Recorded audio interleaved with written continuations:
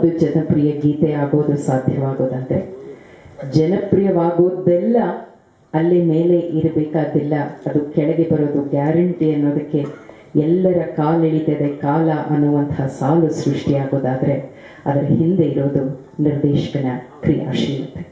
ಅವರು ನಮ್ಮೊಟ್ಟಿಗಿದ್ದಾರೆ. ಅವರ ರಿಯಲ್ ಮಾತುಗಳು. ಸ್ವಾಗತಿಸಿ ಶ್ರೀ ಉಪೇಂದ್ರ.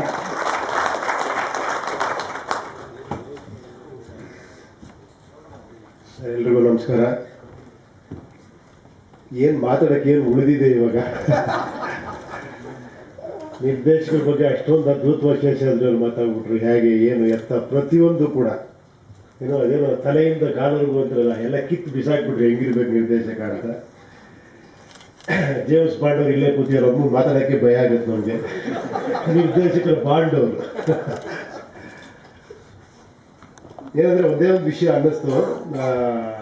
ಯಾರೋ ಕ್ರಿಯೇಟರ್ ಈ ಒಂದು ಲೈನ್ ಮಾಡಿರೋದು ಏನಂದ್ರೆ, ಬ್ರಹ್ಮನಿಗೆ ಪೂಜೆ ಇಲ್ಲ ಅಂತ. ಕರೆಕ್ಟಾ ಸರ್? ಸೃಷ್ಟಿಕರ್ತನಿಗೆ ಪೂಜೆ ಇಲ್ಲ ಅಂತ. ಅದನ್ನು ಯಾರೋ ಒಬ್ಬ ಒಳ್ಳೆ ಕ್ರಿಯೇಟರ್ ಅಲ್ವಾ ಸರ್ ಮಾಡಿರೋದು? ಈ ಐಡಿಯಾ, ಈ ಲೈನ್ ಬರೆದಿರೋದು ಯಾರೋ ಒಬ್ಬ ಕ್ರಿಯೇಟರ್.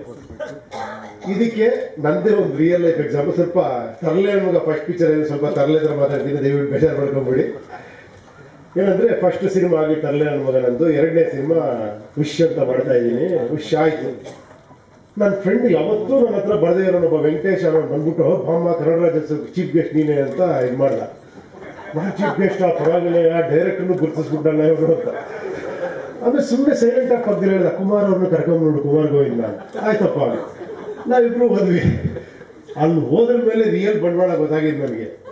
ನನ್ನ ಚೇರಲ್ಲಿ ಕೂರಿಸಿದ್ರು ಹಂಗಂಗೆ ಪಕ್ಕದಲ್ಲಿ ತಿಳ್ಬಿಟ್ಟು ಕುಮಾರ್ ಪಕ್ಕದಲ್ಲೆಲ್ಲ ಸೇರ್ಕೊಂಡ್ರು. ಫುಲ್ ಏನು ಆರ ತುರ ಹಾಕ್ಬಿಟ್ಟು ಕುಮಾರ್ನ ಓ ಅಂತ ಕೊನೆ ನಾನು ಕೆಳಗಿದ್ದೆ. ಅವತ್ತಿಗೆ ಜ್ಞಾಪಕ ಆಯ್ತು ಕರೆಕ್ಟ್, ಆ ಸೃಷ್ಟಿಕರ್ತನಿಗೆ ಬೆಲೆ ಇಲ್ಲ, ನಾನು ಹೀರೋ ಆಗ್ಬಿಡೋದು ಬೆಟ್ರು ಅಂತ.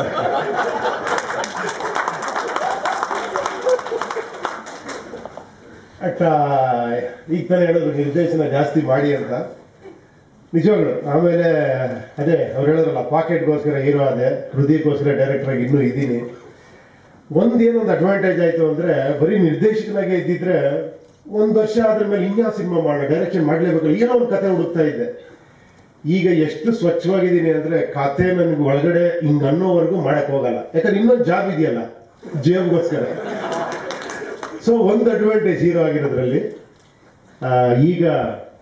ಈಗೆಲ್ಲ ನೀವೆಲ್ಲ ದೊಡ್ಡವರೆಲ್ಲ ಸೇರ್ಕೊಂಡು ಎಲ್ಲ ಕಾರ್ಯಕ್ರಮಗಳು, ಪುಟ್ಟಣ್ಣ ಅವ್ರದ್ದು ಒಂದು ಇದು ಪ್ರಶಸ್ತಿ ಎಲ್ಲ ಮಾಡ್ತಿರೋದು ನೋಡಿದ್ರೆ, ಆ ಉಪೇಂದ್ರ ಒಂದು ಕಾಲ ಬಂದಿದ್ದಲ್ಲ, ತಳ್ಬಿಟ್ಟಿದ್ರಲ್ಲ, ಅದು ನೆಕ್ಸ್ಟ್ ಯಾವ ಡೈರೆಕ್ಟರ್ಗೂ ಬರಲ್ಲ.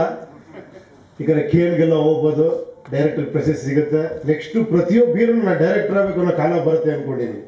ಯಾಕಂದ್ರೆ ಆ ಒಂದು ಮಹತ್ವ ಸಿಗುತ್ತೆ ಡೈರೆಕ್ಟರ್ಗಳಿಗೆ. ಖಂಡಿತ ತುಂಬ ಸಂತೋಷ ಆಗ್ತಿದೆ. ಯಾವಾಗಲೂ ನಾವು ಕರೀತಾ ಇರಿ ಸರ್, ಬರ್ತಾ ಇರ್ತೀವಿ, ದಯವಿಟ್ಟು ಫ್ರೀ ಇರಲ್ಲ ಅಂತೆಲ್ಲ ಅನ್ಕೊಂಬೇಡಿ.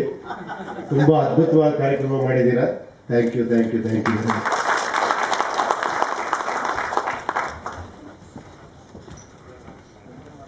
ಸಾರಿ, ಒಂದೇ ಒಂದು ಸೆಂಟೆನ್ಸ್ ಮಾಡ್ಕೊಟ್ಟಿದ್ದೆ.